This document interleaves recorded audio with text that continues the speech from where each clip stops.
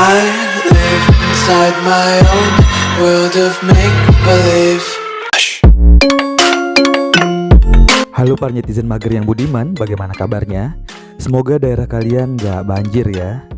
Kembali lagi bersama saya Deta, dan pada kesempatan kali ini saya akan merangkum sebuah film yang terbilang masih baru karena dirilis pada tahun 2019 yang lalu.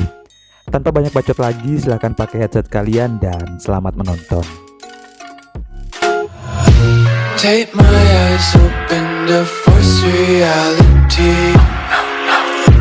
Why can't you just let me eat my weight in glee? Film dimulai ketika sekelompok remaja yang masih SMA sedang merayakan pesta Halloween pada tahun 2015 dengan memainkan game yang biasa kita sebut spin-off bottle. Seperti yang kita lihat, semua remaja ini mendandani diri mereka dengan tampilan berbagai macam karakter iblis.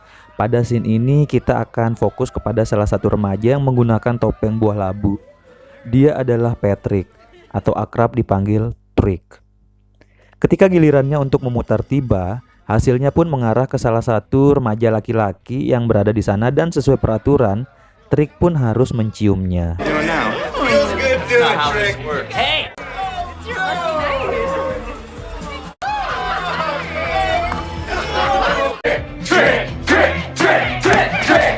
Beberapa saat kemudian, sesuatu yang mengejutkan terjadi. Trick menikam remaja itu hingga tewas. Kemudian dia melanjutkan kegilaannya dengan menikam hampir semua orang yang berada di sana. Salah satu remaja yang bernama Troy berusaha untuk menghentikannya, tapi gagal. Dia malah terkena tusukan di bagian perut. Beruntung salah satu gadis yang bernama Cheryl berhasil menghentikan kegilaan Trick dengan menusuknya dengan sebuah besi. Dari semua remaja yang berada di sana, hanya ada 3 orang yang berhasil selamat, yaitu Cheryl, Nikki, dan Troy.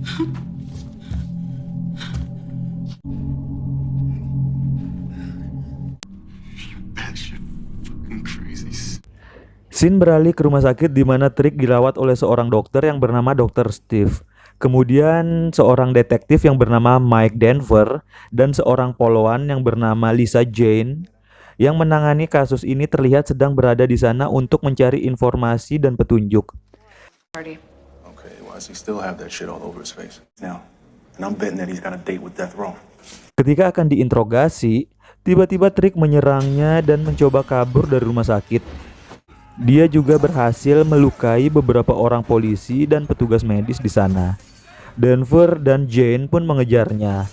Ketika sampai pada ujung koridor di lantai 3, Trick melihat Cheryl dan menyandranya. Karena sudah sangat membahayakan, Denver dan Jane segera mengambil tindakan tegas dengan menembak Trick di bagian perut dan dadanya. Kurang lebih sebanyak 8 kali tembakan sampai dia terjatuh dari lantai 3.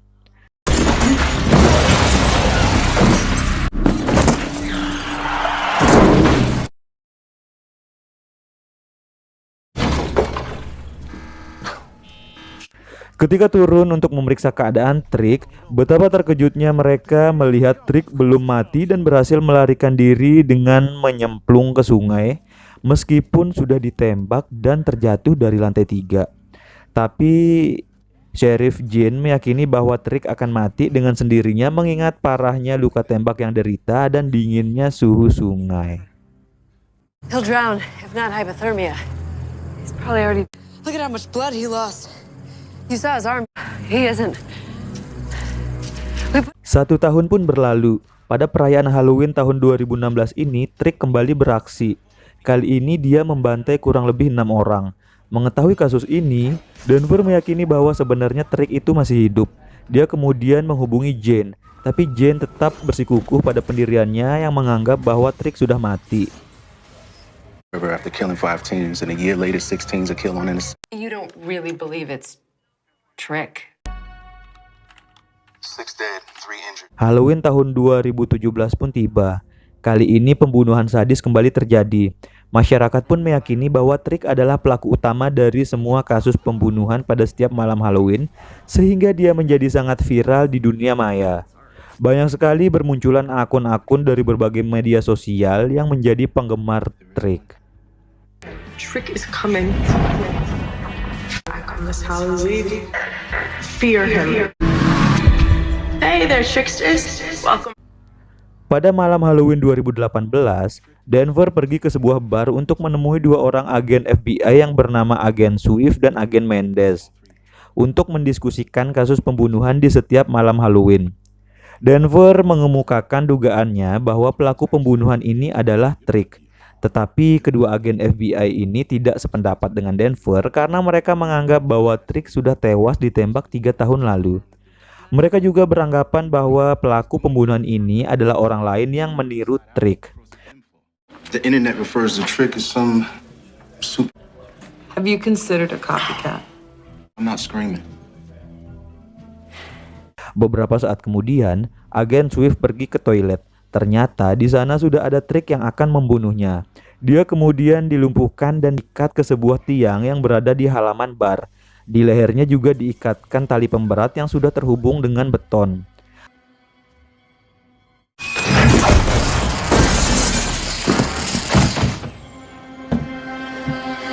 Agen Mendes dan Denver mendapat pesan gambar berupa foto agen Swift yang sedang duduk terikat dengan memakai sebuah topeng labu. Mereka pun mencarinya dan berhasil menemukannya terikat di halaman. Ketika berusaha menolong, tiba-tiba Trick melompat sambil menggelantungkan dirinya di tali pemberat sehingga leher agen Swift putus dan beberapa jari agen Mendes juga putus.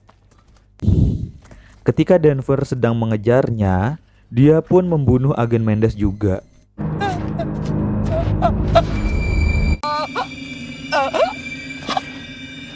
Karena peristiwa terbunuhnya dua agen FBI itu menyebabkan detektif Denver diberhentikan dari profesinya sebagai detektif, sehingga sekarang dia hanyalah orang sipil biasa. 1 tahun pun berlalu. Pada Oktober 2019 yang bertepatan dengan perayaan Halloween, kembali terjadi pembunuhan. Kali ini terdapat tulisan Denver dan gambar kepala labu yang ditulis menggunakan darah korban di TKP. Polisi pun mengira pembunuhan ini ada kaitannya dengan Denver sehingga Denver pun dipanggil ke TKP. Ketika melihat semua itu, Denver pun sangat yakin bahwa pelaku pembunuhan ini adalah Trick. Beberapa saat kemudian, Trick membajak email milik Denver dan mengirimkan pesan pada beberapa orang polisi agar segera menuju ke dermaga untuk mengejar Trick. Kali ini seorang polisi yang bernama Green menjadi korban. Ketika pergi ke dermaga sendirian, dia pun terkena jebakan Trick yang melukai perutnya. Untung saja Jane segera datang ke dermaga kemudian menolongnya. Ketika akan dibawa ke rumah sakit dengan menggunakan mobil, dengan sigapnya Trick mengoperasikan sebuah alat berat yang sudah dia rencanakan sebelumnya, sehingga dia berhasil membunuh Green dengan brutal. Jane pun segera mengejarnya tetapi Trick berhasil lolos dengan cara nyemplung ke air.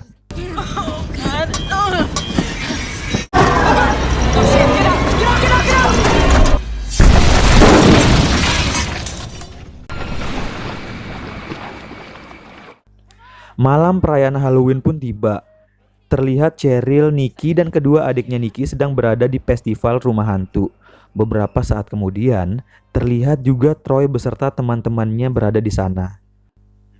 Ketika sedang mengelilingi rumah hantu, mereka bertemu dengan Trick yang sedang membunuh salah seorang hantu-hantuan di sana.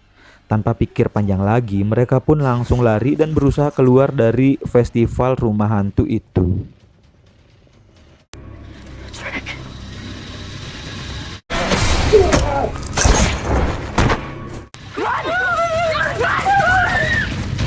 Denver yang sedang melakukan patroli melihat Trick berlari menuju ke arah rumah hantu. Dia pun mengejarnya. Di sana dia bertemu dengan Cheryl dan Nikki. Denver kemudian menyuruh mereka untuk segera pergi dari tempat itu. Tiba-tiba datanglah Trick yang langsung menyerang Nikki hingga menyebabkan lengannya terluka. Denver kemudian menembak Trick dan berhasil mengenainya, tapi dia tidak mati dan berhasil lolos. Denver kemudian menyuruh Cheryl dan Nikki untuk ke rumah sakit guna merawat lukanya. Mike. Get him to the hospital. Setelah sampai di rumah sakit, Cheryl segera mengunjungi ayahnya yang dirawat di sana juga. Tanpa sengaja, dia pun melihat rekaman CCTV. Ternyata yang menyebabkan ayah Cheryl masuk ke rumah sakit adalah dia diserang oleh Trick ketika sedang bekerja, sehingga harus terjatuh dari atas atap. Padahal, Selama ini Cheryl mengetahui ayahnya dirawat di rumah sakit karena kecelakaan kerja. Ketika dia membuka selimut ayahnya, ternyata ayahnya sudah mati dengan luka tusukan yang menyebabkan ususnya terburai keluar. Beberapa saat kemudian muncullah Trick yang langsung menyekapnya.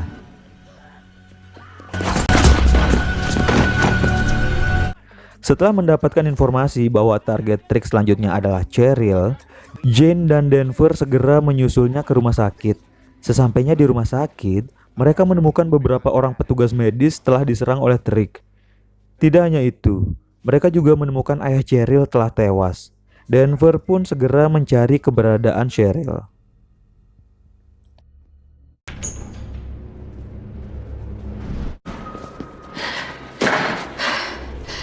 Akhirnya mereka menemukan keberadaan Cheryl yang sedang diikat di sebuah ruangan. Ketika akan membebaskannya, tiba-tiba Trick muncul dan langsung menyerang Denver dan Jane, hingga mereka berdua terluka parah. Walaupun demikian, mereka tetap melawan Trick hingga pada akhirnya Cheryl berhasil membuka ikatannya dan langsung mengambil pistol milik Jane untuk menembaki Trick sebanyak 5 kali sampai pelurunya habis. Tapi anehnya, Trick tidak terluka sama sekali. Dengan mengerahkan sisa tenaganya, Denver berlari untuk mendorong Trick sehingga mereka berdua jatuh ke basement dan mendarat tepat di atas atap sebuah mobil. Kali ini Trick berhasil tewas, sementara itu Denver terluka parah. Pada scene inilah kita akan diperlihatkan plot twist dari film ini. Ternyata Trick yang dibunuh oleh Denver ini adalah Johnny, seorang pemuda yang berteman dengan Troy. Beberapa saat kemudian, datanglah 2 orang dengan dandanan yang sama dengan Trick dan langsung membawa mayat Trick masuk ke dalam sebuah mobil.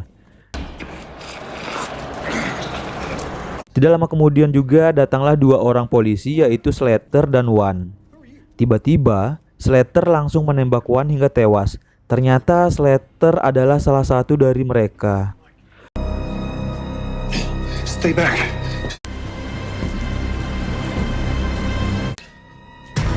Hey, Frank. Buddy. Kemudian datang seorang dengan kursi roda. Dia adalah sosok Patrick alias Trick yang membunuh remaja pada perayaan Halloween tahun 2015 yang lalu.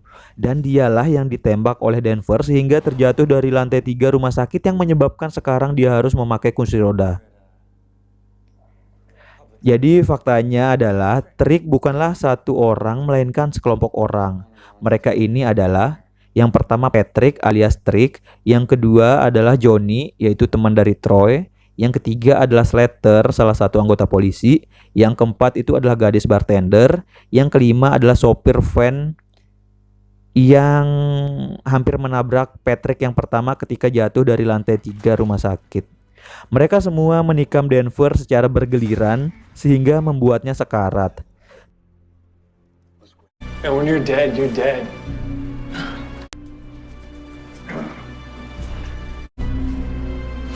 Man, you just don't get it.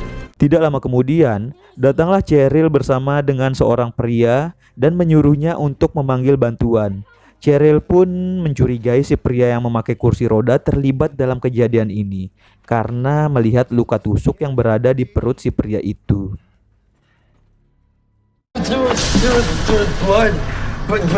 Karena curiga, Cheryl mengikuti si pria kursi roda hingga dia melihatnya membuang sesuatu di tempat sampah. Ternyata itu adalah topeng labu milik Trick yang dia tusuk 4 tahun yang lalu. Dia pun semakin yakin dengan hal itu.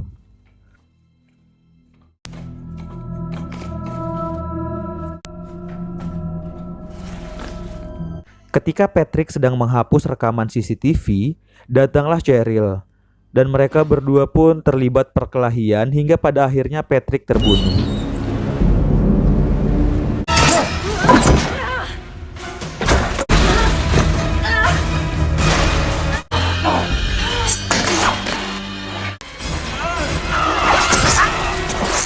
Sementara itu, Jane yang sedang dirawat oleh Dr. Steve didatangi oleh Slater yang melaporkan bahwa Denver sekarat dengan luka tusuk di dada, sementara Trick berhasil melarikan diri. Jane sedikit curiga karena melihat sisa make up Slater yang masih menempel di pipinya. Tidak lama kemudian, datanglah Cheryl sambil membawa mayat Patrick dan mengatakan kepada Jane bahwa Trick bukanlah sosok seseorang, melainkan sekelompok orang. Mendengar perkataan Cheryl, Jane semakin yakin bahwa Slater adalah salah satu dari mereka dan langsung membunuhnya.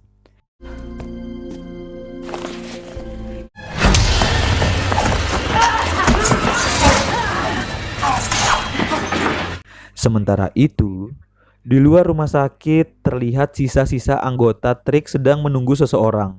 Tidak lama kemudian, datanglah orang yang mereka tunggu itu dengan memakai topeng labu ciri khas Trick. Setelah membuka topengnya, ternyata orang itu adalah Dr. Steve. Mereka pun segera pergi ke suatu tempat untuk mengumpulkan orang-orang baru yang akan direkrut menjadi the next Trick.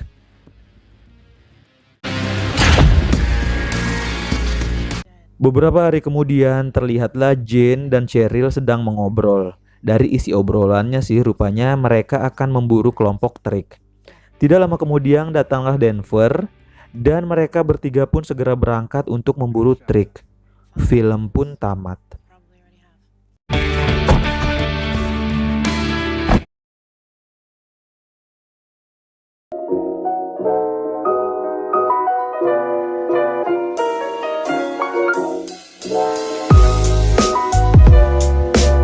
Pada bagian awal-awal filmnya saya ngerasa karakter si psikopatnya agak gimana ya ngejelasinnya. Agak gak masuk akal gitu, terlalu kebal, susah mati. Apalagi pas adegan dia ditembak oleh si detektif Denver tepat di bagian dada, terus habis itu dia jatuh lagi dari lantai 3 rumah sakit, tapi gak mati-mati juga. Nah, setelah nonton keseluruhan filmnya, saya baru tahu ternyata ada plot twist yang menjelaskan ternyata si psikopatnya tidak hanya satu orang, melainkan ada 5 orang, bahkan lebih. Jadi mereka ini semacam komunitas gitu. Tujuan komunitas mereka sih nggak terlalu dijelaskan ya secara mendalam, tapi sepertinya tujuan mereka adalah menebar teror untuk mencari perhatian publik agar bisa viral gitu sih. Overall film ini lumayan menghibur dan lumayan lah buat ngisi waktu mager kita di rumah. Sekian dulu dari saya dan sampai jumpa pada pembahasan selanjutnya. Sebelum pamit, mari kita berdoa ya, semoga kita semua dijauhkan dari segala bentuk musibah dan selalu dalam lindungan Tuhan Yang Maha Kuasa. Amin. Assalamualaikum warahmatullahi wabarakatuh.